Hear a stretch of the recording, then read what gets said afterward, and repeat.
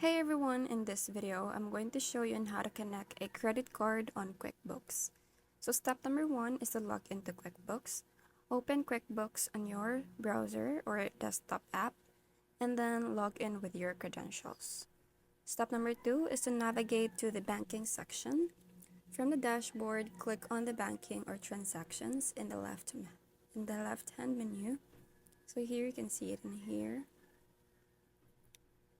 And then select link account or connect account depending on your version. Now step number 3 is to search for your credit card provider.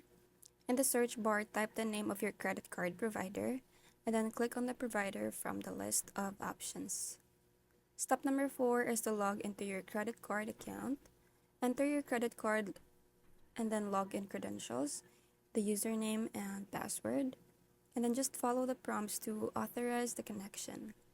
If prompted, use two-factor authentication for added security. Step number 5 is to select the credit card account. After logging in, you'll see a list of accounts associated with your credit card.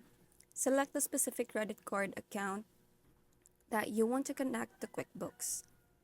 Now for step number 3 is to set the date range. Choose the starting date for important transactions. QuickBooks will fetch all transactions from the selected date onwards. For step number 4 is to confirm the connection. Review the account details and then just click Connect to finalize the setup. Lastly, categorize the transactions.